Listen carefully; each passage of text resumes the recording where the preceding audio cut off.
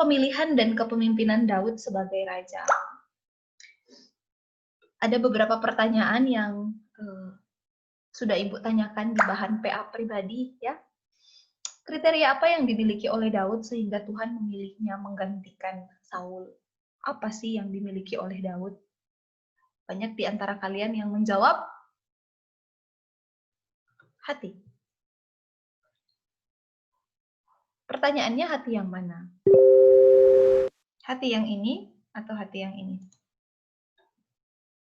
Kita gunakan kolom, mari angkat tangan.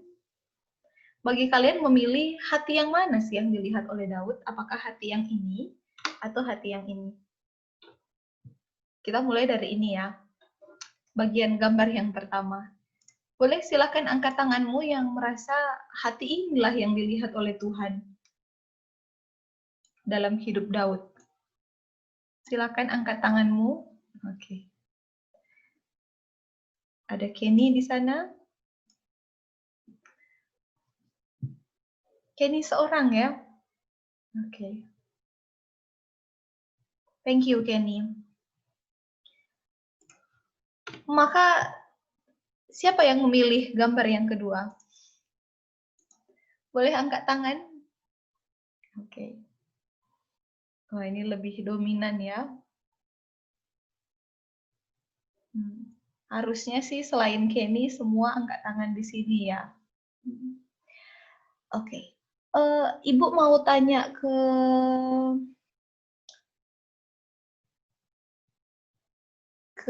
Chelsea. Yang tadi merasa hampa. Chel, boleh nyalakan mikrofonmu, kemudian bantu Ibu menjawab pertanyaan ini. Sebenarnya di mana sih hati ini dalam tubuh kita?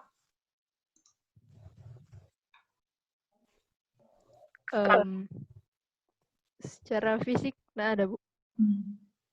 Secara fisik nggak ada ya, betul. Secara psikis? Halo? Ya.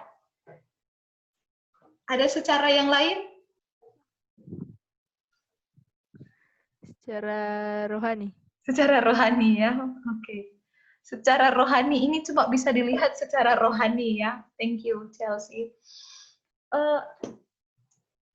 Kayaknya Ibu selalu menyampaikan bagian ini karena setiap kali saya mendengar kata hati, selalu itu yang pop up di pikiran Ibu. Hati itu di mana? Coba posisinya ya. Sementara Alkitab banyak sekali menyatakan tentang hati. Kalau pemazmur bilang hati itu lebih licik daripada segala sesuatu. Tapi bagian pemazmur yang lain bilang hati yang gembira itu adalah obat.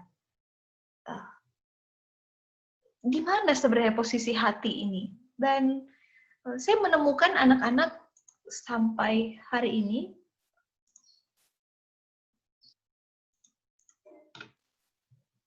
hati itu sesungguhnya berbicara tentang pikiran dan keinginan, hasrat.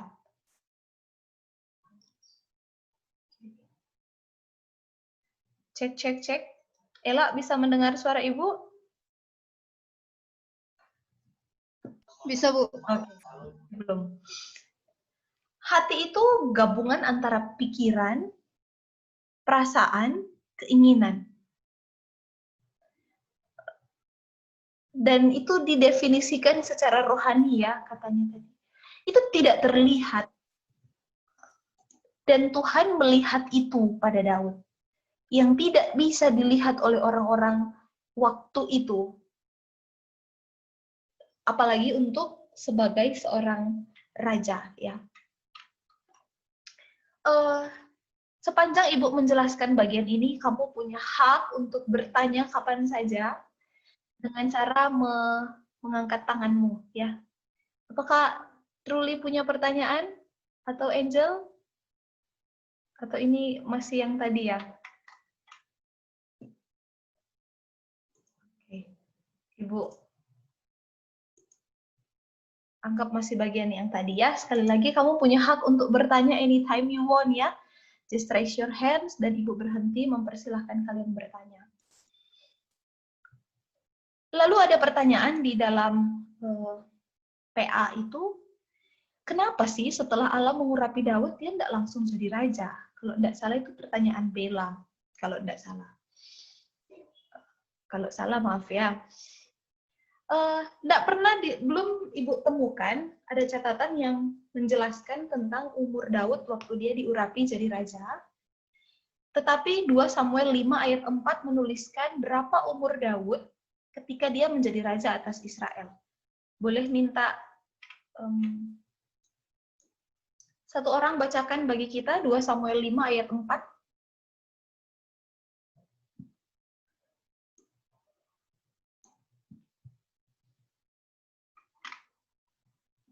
Ya, ini Bu minta Mer, boleh bacakan Mer?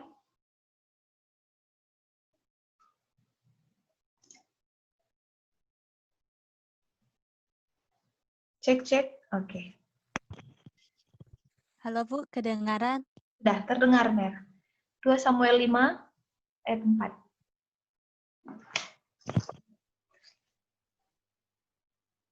Oke. 2 Samuel 5 ayat 4.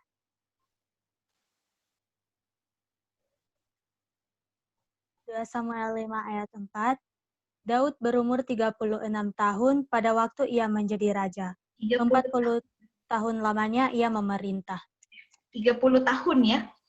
Daud berumur 30 tahun waktu dia jadi raja atas Israel ya. Dan catatan ensiklopedia Alkitab menyatakan bahwa kurang lebih setelah Saul ditolak jadi raja, dia masih memerintah 15 tahun lamanya. Ibu tidak tahu apakah ini jawab tahun yang spesifik. Sejarah itu kan hitung mundur begitu dari kepemimpinan raja-raja. Tapi kurang lebih itu rentang waktu yang panjang. Taruhlah kita hitung mundur berarti analisa 10 sampai 15 tahun. Mungkin ensiklopedia sejarah Alkitab itu.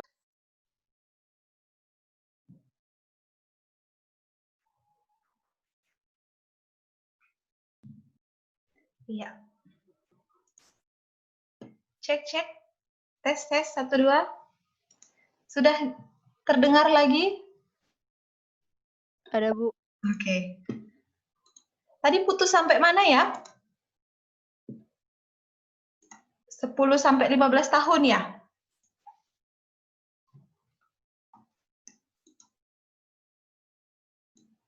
Iya.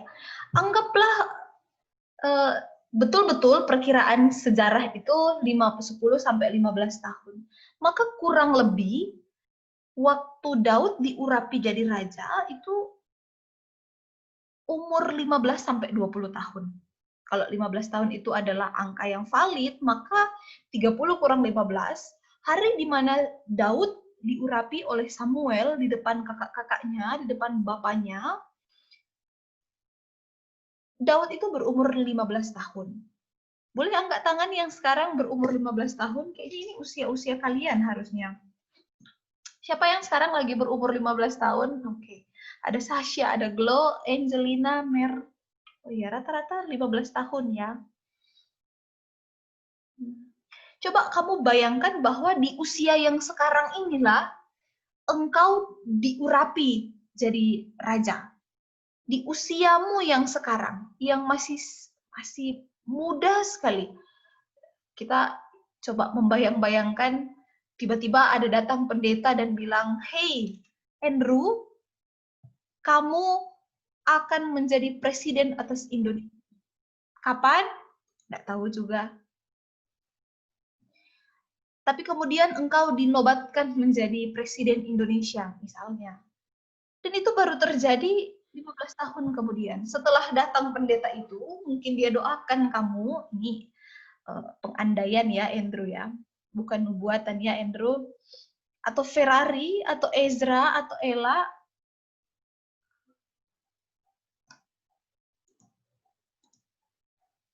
Iya. Oh. Kemudian setelah didoakan, nggak ada tuh yang terjadi. Besok lagi, nggak ada lagi. Bulan depan, nggak ada lagi. Tetap aja HBL. Tahun depannya, tetap aja Aku ini sebagai seorang siswa kapan jadi raja, jadi presiden atas Indonesia begitu.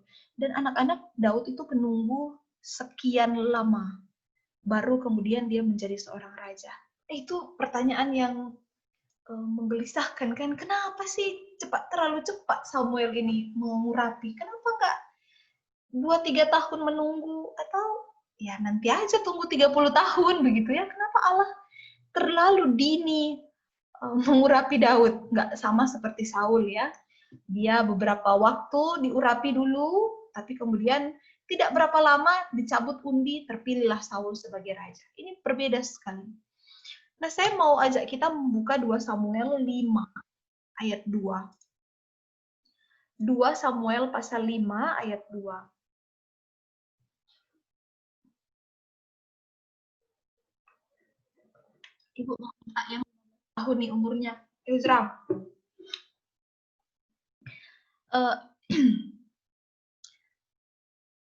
Ezra, nyalakan mikrofonmu. Ibu akan bacakan 2 Samuel 5 ayat 2 dan kamu melengkapi kata yang kosong. Ya. Ezra, cek. Halo. Oke. 2 Samuel 5 ayat 2 ya. Telah lama ketika Saul memerintah atas kami, kata apa yang kosong? Engkaulah Yang memiliki segala gerakan orang Israel. Berarti ini yang ngomong adalah bangsa Israel. Dan Tuhan telah berfirman kepadamu, engkaulah yang harus menggembalakan umatku Israel, dan engkaulah yang menjadi raja atas Israel. Ini perkataan yang dikatakan oleh tua-tua. Dikatakan oleh suku Israel. Kalau di situ dijelaskan tua-tua Israel. Jadi bisa jadi kemungkinan sekali mereka yang minta raja waktu itu. Mereka yang menerima pemerintahan Saul waktu itu. Dan pada saat ini mereka menjadi saksi bahwa bahkan waktu Saul masih jadi raja, bukan Saul kesian yang jabat berperang. Daud yang dorang tidak tahu, ternyata diam-diam sebenarnya sudah jadi raja di hatinya Tuhan. Iya ya. Dan akhirnya 15 tahun itu, perjalanan yang panjang itu, sesungguhnya bukan cuma mempersiapkan Daud, tapi juga membuka mata bangsa Israel supaya sadar bahwa ternyata ini orang yang diurapi Tuhan. Dia inilah yang dipilih untuk menggembala.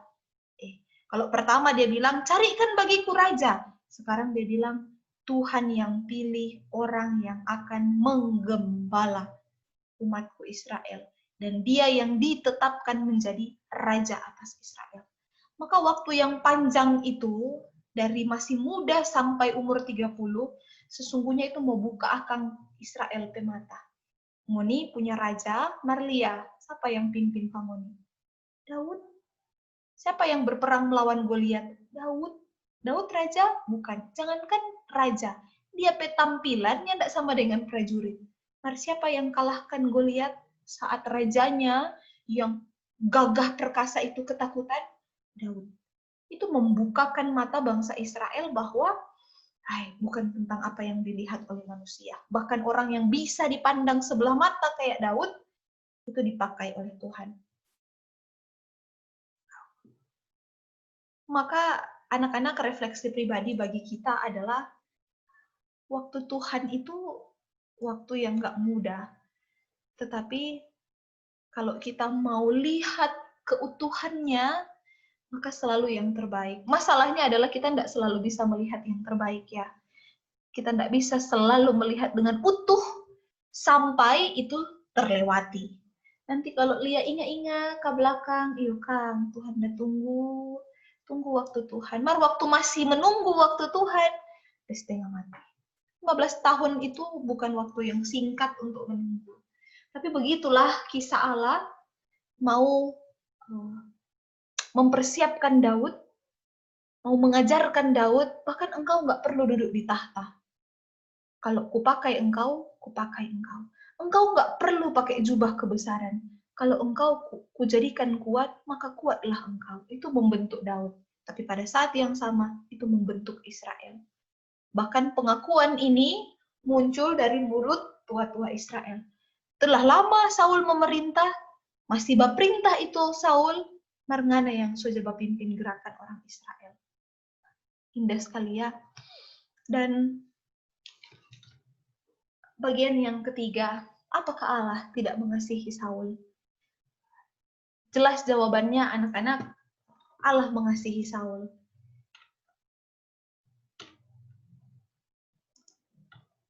Ya. Di dalam kisah persahabatan antara Yonatan anak Saul dengan Daud, ada ikatan perjanjian yang diberikan. Janganlah nama Yonatan terhapus dari keturunan Daud. Kemudian apa yang terjadi? 2 kali Saul itu mau membunuh Daud, tetapi bertolak belakang. Justru Daud punya kesempatan untuk membunuh Saul. Awalnya Saul mau bunuh Daud, ternyata terbalik. Yang punya kesempatan membunuh justru Daud punya kesempatan bunuh Saul, tetapi Daud tidak mau membunuh orang yang diurapi Tuhan. Ini adalah perkataan yang dikatakan oleh Saul. Saul bilang, oleh karena itu sesungguhnya aku tahu bahwa engkau pasti menjadi raja. Ini harusnya satu kesadaran yang benar. Dan jabatan Raja Israel akan tetap kokoh dalam tanganmu. Ini satu pengakuan, ini akan kebenaran. Saul tahu betul bahwa Tuhan sudah tidak memberikan jabatan raja kepadanya. Sudah kepada Daud. Itu tanda Allah mengasihi. Tanda Allah mengasihi Saul.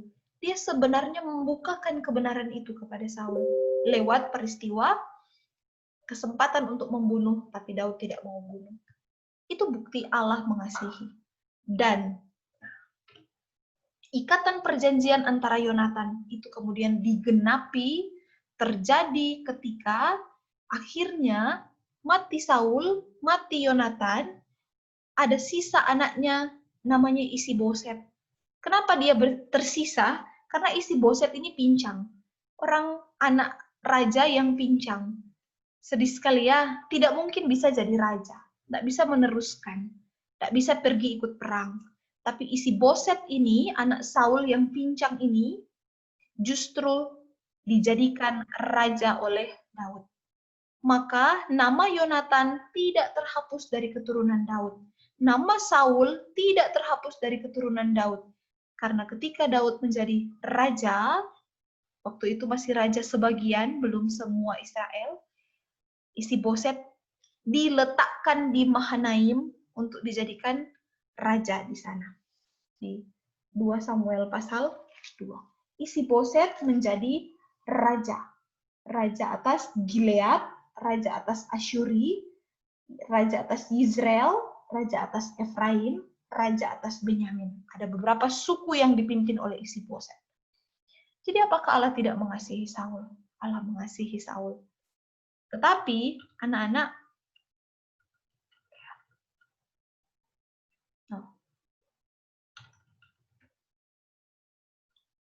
nanti Ibu mundurkan saja ya. Tetapi kasih Allah kepada Saul beda dengan kasih Allah kepada Daud. Apa bedanya? Ibu akan lanjutkan. Nah, bagian terakhir yang ada di bahan PA pribadi itu. Apakah Daud lebih baik hidupnya dari Saul? Ini beragam jawabannya. Ada yang bilang, iya, Daud lebih baik hidupnya. Ada yang bilang, tidak juga. Tidak ada yang lebih baik, semua dosa itu sama. Gitu ya. Ibu coba kasih penggambaran bagaimana kehidupan Daud. Kalau kita baca 1 Samuel pasal 16 sampai 19, rasanya Daud ini raja yang baik sekali. Dia tidak melawan musuh. Dia musuh maksudnya Saul ya. Dia tidak melawan Saul. Saul bercoba ulang-ulang bunuh dia tidak mau bunuh orang yang diurapi Tuhan. Bahkan mati Saul, marah dia. Betapa lembut hati Saul kalau cuma baca 1 Samuel. Tapi waktu kisah 2 Samuel diceritakan secara khusus di dalam 2 Samuel pasal 11, nyatalah bagi kita bahwa Daud tuh tidak hidup lebih baik daripada Saul. Samanya mereka, sama-sama orang bobrok, sama-sama orang berdosa, samanya kayak turang. Waktu harusnya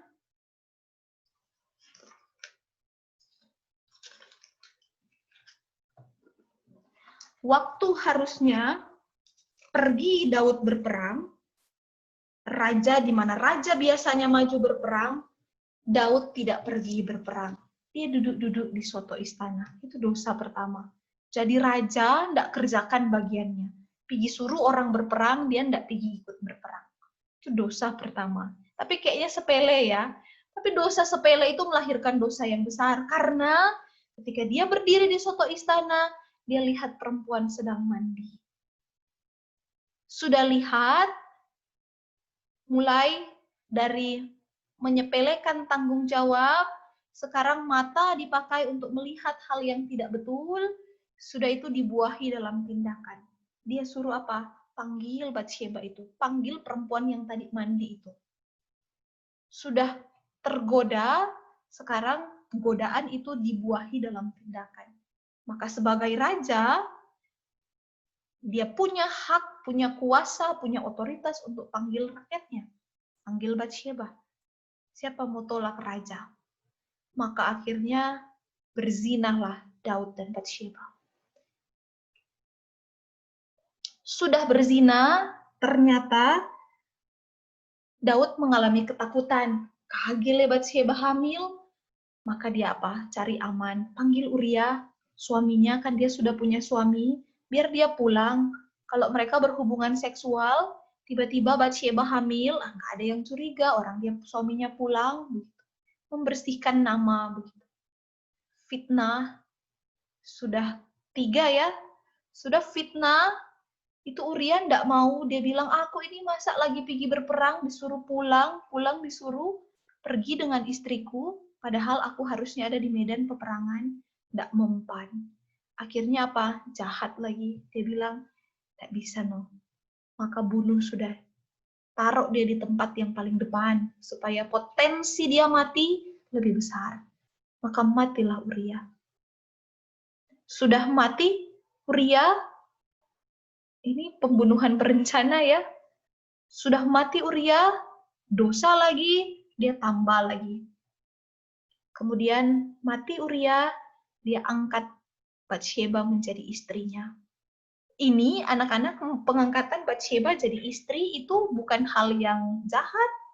Di hadapan orang Israel itu tindakan yang baik. Kenapa? Karena dia bertanggung jawab terhadap hidup prajurit. Dia bertanggung jawab karena Uria mati, bela negara, maka dia menyelamatkan. Karena zaman itu janda itu kaum teraniaya. Kenapa zaman itu banyak orang punya istri yang banyak? Karena itu dia. Musim perang, banyak orang pergi berperang mati, dia menikah, maka banyak janda. Maka janda ini kaum teraniaya, dan yang bisa menyelamatkan dia adalah orang yang mau menikahi dia. Maka pengambilan Batsheba jadi istri sah Daud itu adalah kebaikan di mata bangsa Israel. Kemunafikan di hadapan Tuhan. Lihat apakah hidup Daud lebih baik. Nah, rasa-rasanya kalau bisa ditimbang-timbang, aduh kesiang, Saul pedosa itu apa? Dia cuma simpang domba.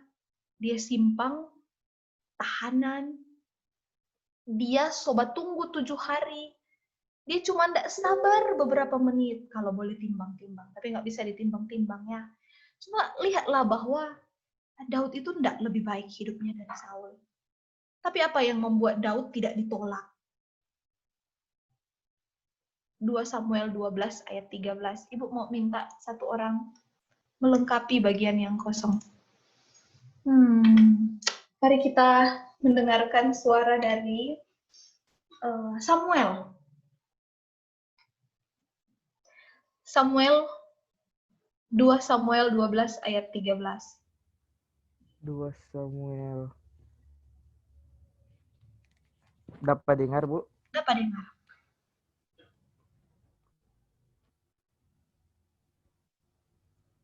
melengkapi. Aku sudah 11 ayat 13.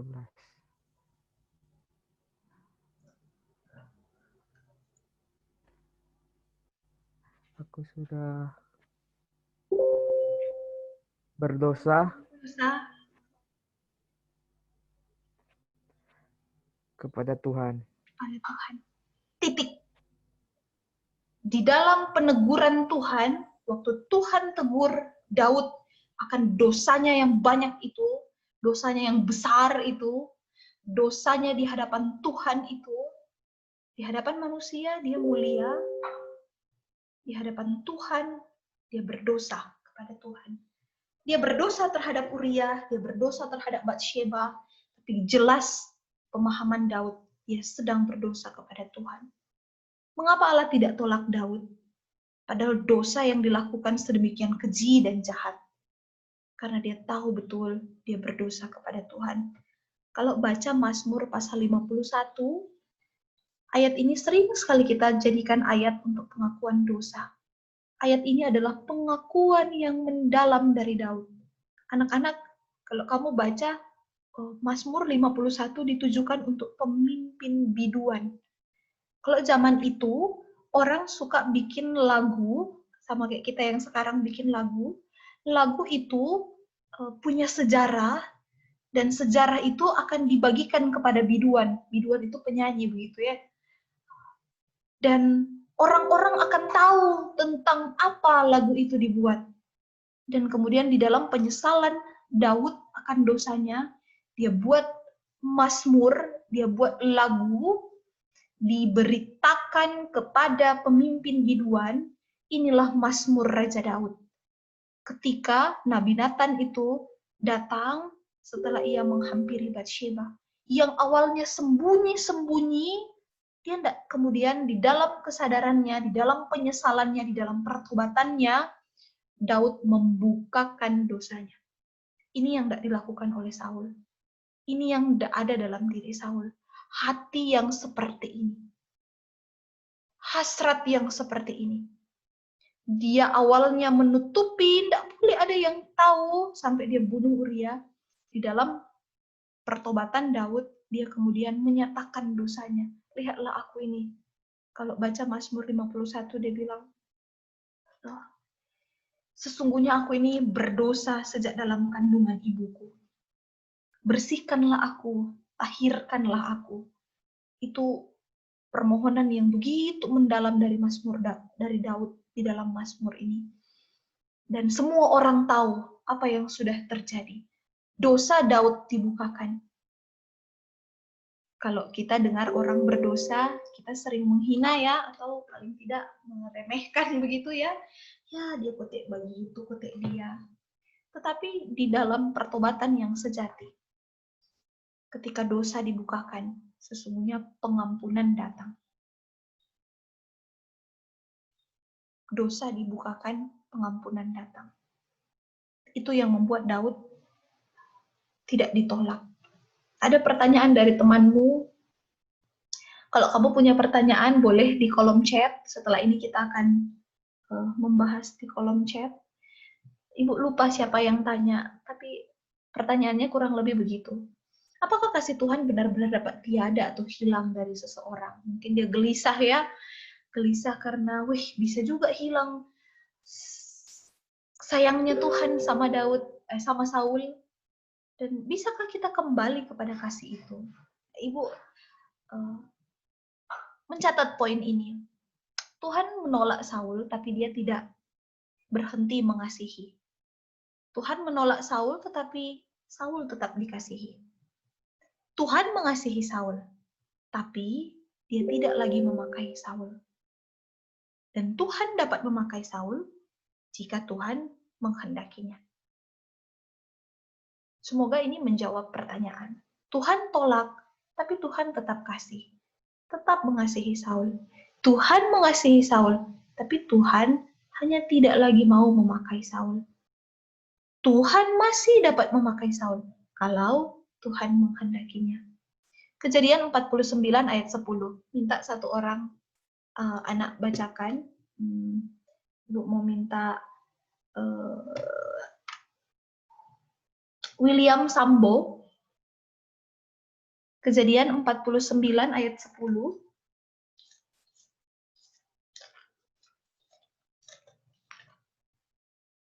Will?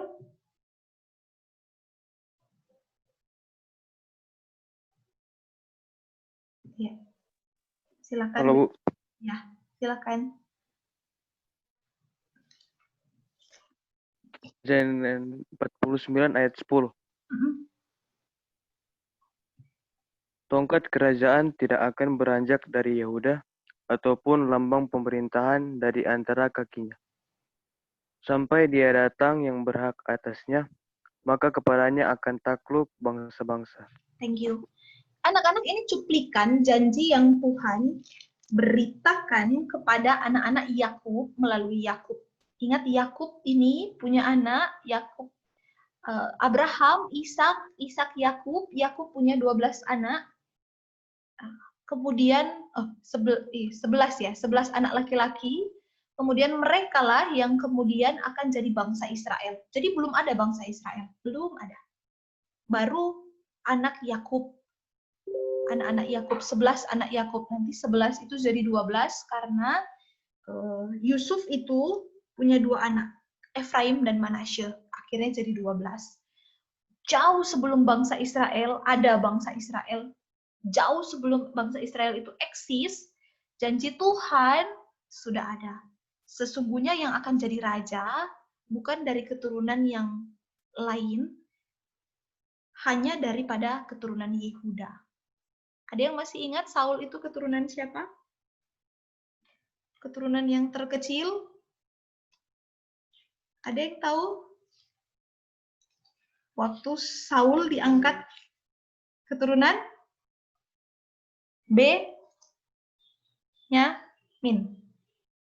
Benyamin bukan dari Yehuda. Daud itu adalah garis keturunan Yehuda. Maka jelas bahwa kenapa Tuhan tidak pakai lagi Saul? Bukan karena dia tidak kasih. Bukan karena dia tidak mengasihi. Tapi karena memang bukan itu kehendak Tuhan. Jauh sebelum hadir Saul, lahir Daud, kepemimpinan raja daripada garis keturunan Yehuda sudah dinubuatkan. Maka bukan karena Tuhan tidak mengasihi Saul, tapi karena memang Tuhan tidak menghendaki. Ini tetap dikasihi, tapi Tuhan tidak mau pakai. Kenapa dia tidak mau dipakai? Karena Tuhan tidak menghendaki. Silakan, Sash. Bu, kalau misalnya Saul, dia menyesal, dan penyesalannya itu sungguh-sungguh sama kayak Daud. Apakah kemungkinan Saul masih tetap bakal dipakai, Bu? Walaupun dia bukan keturunan Yehuda. Iya. Thank you, Sas. Seandainya dia ternyata menyesal dan kemudian tidak ditolak sebagai raja, yang pasti nanti yang akan jadi garis keturunan Yesus adalah keturunan daripada Yehuda. Kan inilah kalau Matius ya, inilah silsilah Yesus Kristus anak Daud gitu ya. Mungkin yang akan berbeda ceritanya adalah masa kepemimpinan Saul. Ibu percaya bahwa Daud tetap akan jadi raja. Tapi sekiranya jalan ceritanya Saul tidak ditolak, Saul bukan orang yang tidak taat, ceritanya akan begitu, ceritanya mungkin tetap akan seperti itu, tapi dengan cara yang lebih baik, mungkin sekali. Tapi yang pasti, Daud tetap akan jadi raja, karena dialah keturunan Yehuda. Dan silsilah Yesus Kristus tetap daripada anak Daud. Hanya yang saya coba bayangkan adalah, mungkin akhir kepemimpinan Saul tidak seperti itu. Tapi apakah mungkin tidak ada lagi, kalau Saul taat, tidak ada Daud? Rasanya tidak. Karena jauh sebelum itu sudah dinubuatkan, tetap akan ada Daud. Hanya jalan ceritanya mungkin akan berbeda. Thank you ya, Sas. Ya, Bu, terima kasih. Saya sih membayangkan, dan Saul memimpin bangsa Israel sampai akhir hayatnya, dan kemudian digantikanlah oleh Saya mencoba mengandai-andai begitu, digantikanlah oleh Yonatan. Tapi karena kasihnya Yonatan kepada Daud, maka kemudian Yonatan menyerahkan tampuk kepemimpinan kepada Daud. Kayak gitulah. Bisa jadi ceritanya begitu. Yang pasti adalah Daud tetap akan jadi raja. Mungkin kalau Saul taat, akhir kepemimpinannya tidak seperti itu. Iya, terima kasih ya. Ada lagi pertanyaan? Ibu senang sekali kalau ada pertanyaan-pertanyaan. Oke. Ada pertanyaan dari temanmu di salah satu bahan PA pribadi. Mengapa Saul seakan-akan membunuh dirinya sendiri? Ya, karena memang agak membingungkan. Ada kalau di patahan 1 Samuel terakhir itu sepertinya Daud itu bunuh diri, tapi di patahan di 2 Samuel 1 jadi itu kayak tiba-tiba diceritakan sepertinya Saul itu dibunuh gitu ya. Ibu percaya bahwa ini gabungan keduanya. Saul dibunuh tapi belum mati. Sehingga di dalam kesadarannya, di dalam kesakitannya, kemudian Saul minta supaya dia dibunuh, gitu. Minta dibunuh diri gitu ya. Mungkin sekali terjadi peristiwa itu karena Saul tidak dipimpin lagi oleh Roh Allah. Kalau Alkitab mencatat roh meninggalkan Saul, maka kemudian kalau roh Allah meninggalkan, maka yang ada apa? Roh jahat. Yang roh jahat yang daripada Allah itu ya, terjemahannya kayak Tuhan kasih roh jahat kepada Saul. Tapi lebih tepat karena roh Allah sudah pergi, maka apa yang datang? Roh jahat. Jadi bilang roh jahat yang daripada Allah, karena mau bilang bahwa Allah sudah tarik rohnya, maka kemudian dia biarkan roh jahat yang menguasai Saul. Maka mungkin sekali Saul itu melakukan kekejian. Bahkan anak-anak, kalau kamu baca 1 Samuel pasal 28, kisah Saul di Endor, Saul itu berani memanggil arwah. Kalau orang bilang sekarang apa? Jelangkung begitu ya. Saul memanggil arwah. Padahal itu kekejian di mata Tuhan. Memanggil arwah itu kekejian di mata Tuhan. Bahkan Saul bisa lakukan itu karena dia nggak dipimpin lagi oleh Roh Allah. Dan pertanyaan yang kedua, ini pertanyaan yang lebih reflektif ya. Bagaimana kita bisa tahu bahwa kita sedang meminta hal yang salah? Saya renung-renungkan pertanyaan ini, betul sekali. Jangan-jangan permintaanku salah, ternyata permintaanku itu yang dikabulkan, seperti permintaan Israel.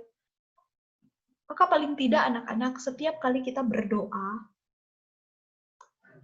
selalulah mengakhirinya dengan Tuhan, jadilah kehendak-Mu. Seperti doa Tuhan di Taman Getsemani. Aku rindu sekali. Aku ingin sekali jadi dokter. Kalau boleh jadi dokter. Atau siapa ini yang lagi calon ketua OSIS ya sekarang ya? Aku tuh pengen sekali jadi ketua OSIS misalnya. Itu kerinduan kita.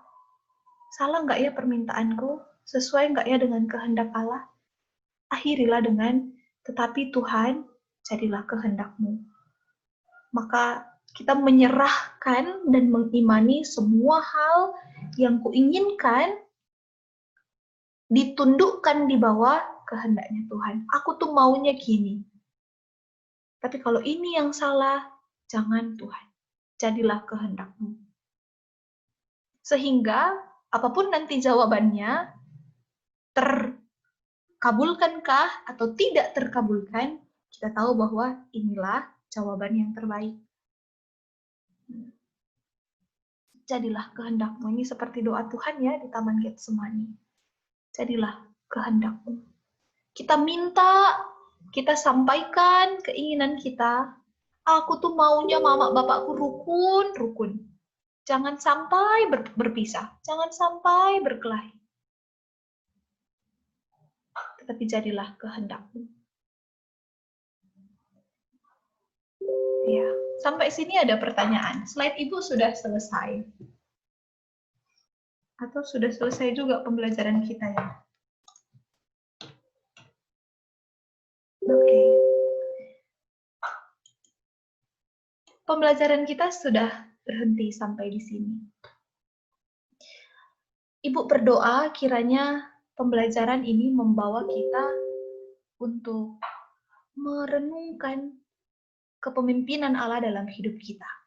Karena kepemimpinan Allah dalam hidup bangsa Israel itu penggambaran kepemimpinan Allah dalam hidup kita. Sebagai calon pemimpin, engkau yang sedang mendaftar di OSIS, yang sedang mempersiapkan diri menjadi pemimpin-pemimpin masa depan, mungkin bukan OSIS, mungkin pemimpin yang lain, pemimpin gereja, paling tidak jadi pemimpin atas dirimu sendiri. Mari mengimani bahwa aku perlu dipimpin oleh Tuhan ketika aku menjadi pemimpin. Koreksi untuk minta Tuhan menyelidiki hati. Mari kita mengakhiri pembelajaran hari ini dengan penuh kasih. Ibu minta satu orang untuk pimpin kita di dalam doa. Siapa yang mau volunteer?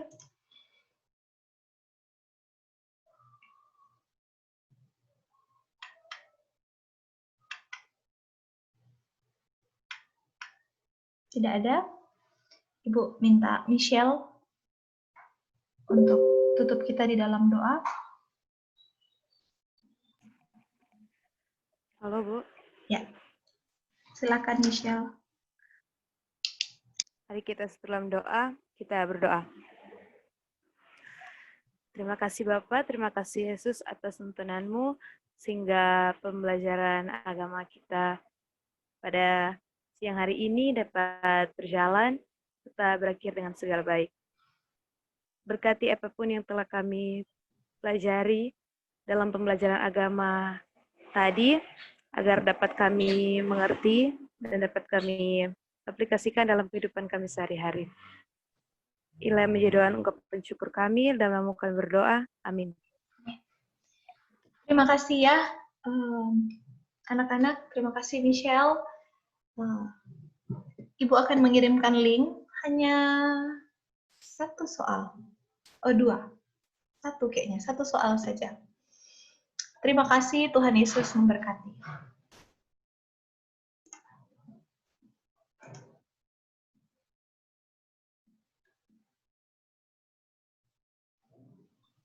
Terima kasih, Bu. God bless you.